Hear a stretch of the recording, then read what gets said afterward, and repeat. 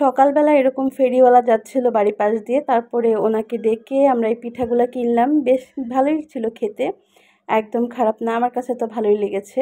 এটা ফুল পিঠা বলে আমাদের এলাকায়, ওনারা বিক্রি করে, একদিক দিয়ে যায় বিক্রি করতে করতে, তো বাড়ির উপর দিয়ে যায়, নিলাম এখান থেকে। তারপরে হচ্ছে দুপুরে রান্নাবান্না অলরেডি হয়ে গেছে। আজকে হচ্ছে মাছ রান্না করছে কলা দিয়ে, সাথে মানে করলা ভাজি, ওইগুলো মাই করছে। হঠাৎ করে বাসায় গেস্ট আসছে, তো একদম অল্প পরিমাণে মুরগির মাংস রান্না করছে, কারণ অনেকগুলো তরকারি রান্না করা অলরেডি। তো ওইটা দিয়ে তো শুধু হবে না, তাই অল্প একটু পরিমাণ মানে ঝটপট করে একটুখানি মুরগির মাংস রান্না করতে বলল। তো ওইটা দিছে, এটা আবার গরম পানিতে ছুটাইতে হয়েছে, কারণ মেহমান চলে আসছে, আমরা তো জানি না চলে আসবে। তো আবার চলেও যাবে কিছুক্ষণের মধ্যেই। মেহমান বলতে আমার খালা আসছিল, তো উনি আবার চলে যাবে। তো এই জন্য হচ্ছে হঠাৎ করে মানে রান্না করলাম এটা, আর আগে অলরেডি সব রান্না মাই করে ফেলছে। তো আমিও বাইরেও গিয়েছিলাম, বাইরে থেকে আসলাম, একটু বাজারে গেছিলাম। তো এসে হচ্ছে এই রান্নাটা করলাম মুরগির মাংসের। আর এই অল্প একটু মুরগির মাংস আজকে এত মজা হয়েছিল, অন্য সময় যে কত মানে অনেক বেশি মুরগির মাংস রান্না করি, ওইটা অতটা বেশি মজা লাগে না, বাট আজকে ঝাল লবণ সব একদম পারফেক্ট ছিল। খেতে ভীষণ টেস্টি হয়েছে, সবাই বলছে যে ঝাল অনেক বেশি হয়েছে, তবে আমার মার অনেক পছন্দ হয়েছে আজকের মুরগির মাংসের তরকারিটা, তারা তো অনেক ঝাল পছন্দ করে। তো মুরগির মাংসটা এখানে রান্না করার পরে হচ্ছে দুপুরে খাবার খাবো, কারণ সব রান্না বান্না হয়ে গেছে। এটা হচ্ছে নামাজে গেছিলো সবাই, তো এসেই হচ্ছে খাবে। এই জন্য আমি এই ফাঁকে তাড়াতাড়ি করে রান্না করতেছিলাম, একদম ধুমায়া জাল দিতেছি, খড়ি দিয়ে দিছি চুলার মধ্যে, বাঁশ পাটখড়ি সবগুলা। তো এখন জাস্ট হচ্ছে ঝোলটা শুকায় গেলেই হচ্ছে নামাই ফেলবো।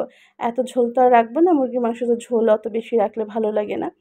তো সবাই খেয়ে দিয়ে সারছে, এখন হচ্ছে আমি খাচ্ছি, আমার বোন মা আমরা সবাই মিলে মানে বাড়ির সবাই খাচ্ছি। তো এখানে হচ্ছে প্রথমে করলা ভাজি নিলাম, যেহেতু আগে সব রান্না হয়ে গেছে, তো করলা ভাজি দিয়ে খাচ্ছি। আর আমার মায়ের হাতে করলা ভাজিটা অনেক বেশি মজা হয়। আর মাছ দিয়ে কলা দিয়ে একটা তরকারি রান্না করছিল, সেটাও টেস্ট করলাম। আমার আবার অভ্যাস খারাপ, মানে যতগুলো তরকারি রান্না করা হবে সবগুলাই আমি খাই, কোনোটা বাদ দিব না। তারপর বিকালের দিকে আবার এই এই তেলের পিঠাগুলো বানাচ্ছে, আমাদের এলাকায় এটাকে বলে আমদশা পিঠা। তো আমদশা পিঠা বানাচ্ছে, আমি কয়েকটা বানাইছি, আমার কয়টা না আসলে ফুলতেছিল না, মনে হয় গুঁড়ি কম হয়ে গেছে, মানে গুলানোটা পারফেক্ট হয়নি। পরে মা এসে দেখি আরও চালের গুঁড়ি অ্যাড করলো এটার মধ্যে, তারপরে দেখি যে ও মা বানাইতেছে একদম ফুলকো ফুলকো পিঠা। আর আমি প্রথম বানাইছি কয়েকটা একদম মানে চিমসা টাইপের, ফুলেই না পিঠা, এরকম একটা অবস্থা। তো এই পিঠাগুলা বানানো হলেই হচ্ছে মানে সন্ধ্যার দিকে নাস্তা হিসেবে খাওয়া যাবে। আর এই তেলের পিঠাগুলা কিন্তু বেশ ভালোই লাগে আমার কাছে, তবে এইগুলা অতটা বেশি খাওয়া উচিত না হেলথের জন্য, মানে যাদের অ্যাসিডিটির প্রবলেম তাদের আরও সমস্যা হতে পারে। আর এই তো আজকের মতো এই পর্যন্তই, এতটুকুই ভিডিও করলাম টুকটাক। আর আপনারা সবাই ভালো থাকবেন, সুস্থ থাকবেন। আর যারা আজকে প্রথম আমার পেজে ভিজিট করছেন, তারা কিন্তু অবশ্যই আমার পেজে একটা ফলো দিয়ে দেবেন, আর কমেন্ট করে জানাবেন আপনাদের কাছে গ্রামীণ এই ছোট ছোট রান্নাবান্নার ভিডিওগুলো কেমন লাগে।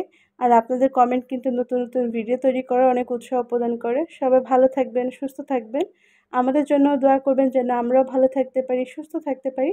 আবার কথা হবে নেক্সট ভিডিওতে। আল্লাহ হাফিজ, টাটা, টেক কেয়ার।